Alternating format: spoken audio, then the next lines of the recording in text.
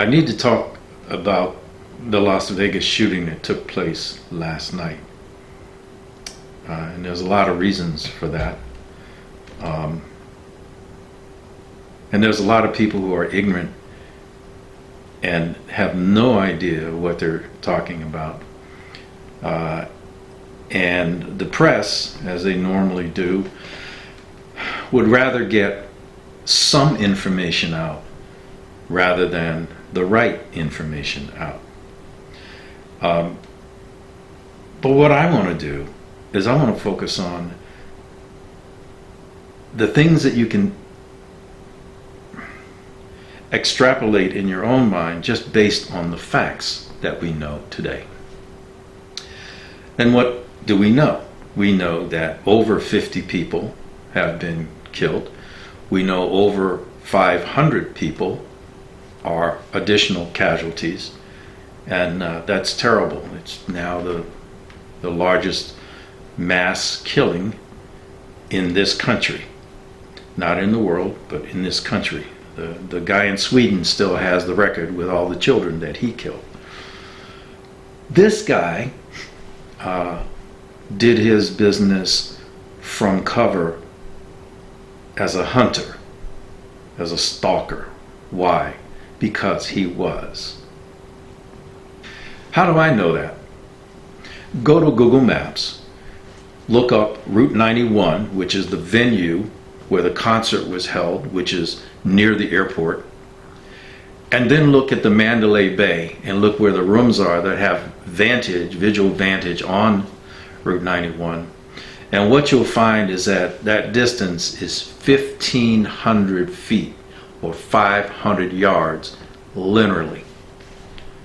That's a 500-yard shot. Oh wait, at a 45-degree down angle.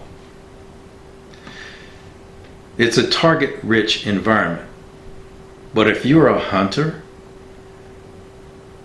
it's not hard to do. You just train for it.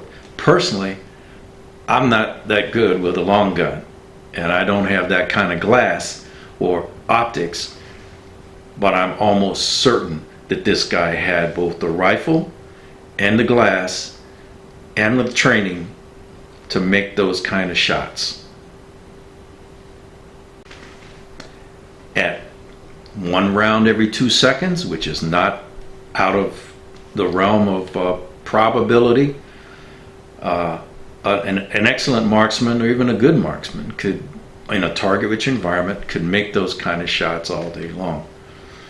And that's what this guy did for 15 minutes. That is a long time to be able to shoot without being interrupted. It almost doesn't matter what type of rifle, whether it's semi-automatic or whether it's bolt action, because with that kind of skill you could do that kind of damage with either one. My point there is hold your breath. There's going to be this whole thing about magazine capacity and so forth, and it just doesn't matter. At that rate of fire, he probably was doing magazine changes regardless. And keep in mind that he was shooting at night. At night, 500 yards, 30 to 40 degree down angle, and hitting his targets. I mean, that was some very good marksmanship. And I keep coming back to the marksmanship part. Now, I don't know anything about the guy other than he was, mid-60s-ish. Maybe he was a Vietnam veteran or some kind of veteran. Maybe, maybe not. It doesn't matter. Because the training that he had to do that kind of shooting had to be recent and current. So I think there's going to be a lot of checking out the gun stores and the shooting ranges to find out who this guy was. And they'll find that out. So let's talk about the consequences. The idea of mass killing in the modern age, that genie is out of the bottle and is not going to get put back in, regardless of country. Whether you're in Europe, or whether you're in America, wherever you are, the idea of killing a lot of people for whatever the reason, that genie is now out of the bottle. It is seen as possible, and people, regardless of their motivation, will now continue to think about those things. And unfortunately, those kind of things are almost impossible to guard against for a determined person. Why do I say determined? Think about this event. That event was planned months in advance. The event was planned months in advance. Now, I've stayed at the Mandalay Bay, and I know you need reservations, right? So this guy knew in advance that he was going to do this, and he planned. He knew the windows that he wanted to have, and there were two, by the way, two. One on each angle of a building, if you take a look at the photos, because he wanted different vantage points. The people that were on the stage were actually protected from his view, so he could only really access people out in the area. But he planned this. He didn't wake up that day or that night and drive 100 miles from his house and go and do this. This was planned. Why? We don't know. The guy's dead. His wife, or whoever she was, is not dead, and maybe they will have some conversation with her. So what do we know? A highly trained, highly skilled marksman planned a mass killing event and executed and killed himself. We don't know why, and we might not ever know why. I hope we do, because this helps inform why people do these things. Some more consequences are what could be done to prevent mass killings in the first place. My answer is almost nothing. Whether it's a truck, a car, firearms, bombs, fire, whatever a determined person wants to do, once they've decided they're going to plan to do this, and remember, every single one of these has been planned by the perpetrator. So, which means they're determined for different reasons. So, is there a way to prevent and plan against this? Well, not unless you want to live in a bunker or live in a place there's a cop on every corner. You're certainly not going to pick on guns and say, like Australia did, oh my God, a lot of people died because this guy went and killed a bunch of people, so let's take the ability away from having that kind of firepower in the hands of a civilian. Not going to happen. It's just not going to happen. Not in America. And it would be irrelevant anyway.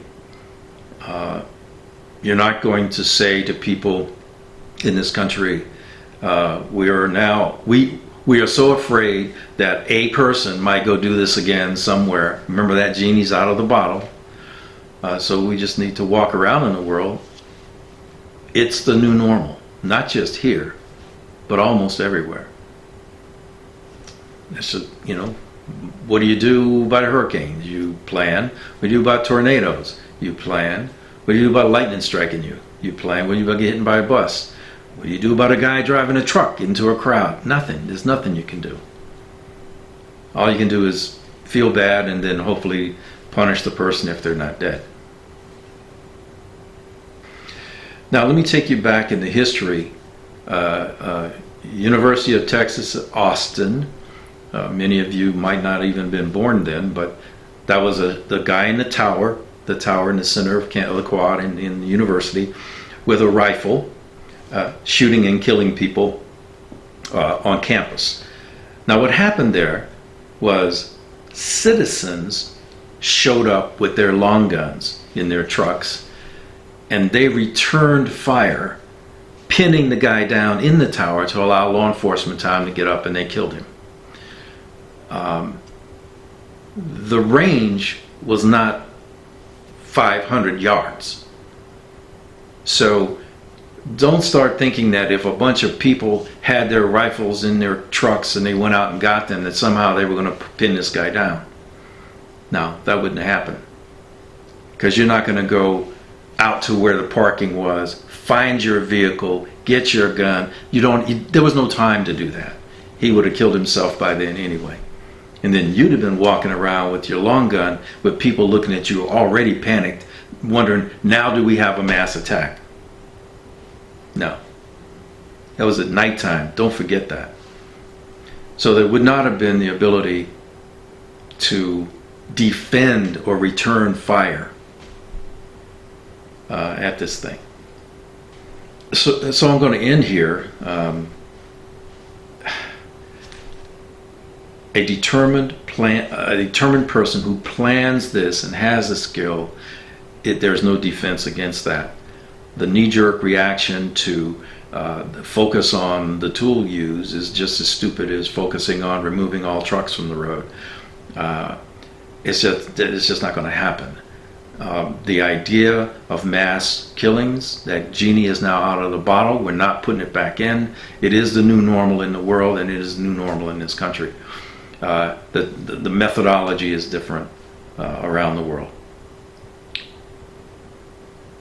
That doesn't mean we panic. It just means that we have a different level of awareness as we walk around in the world. Other than feel badly for those who were killed and injured in this event, there is really nothing else that can be done.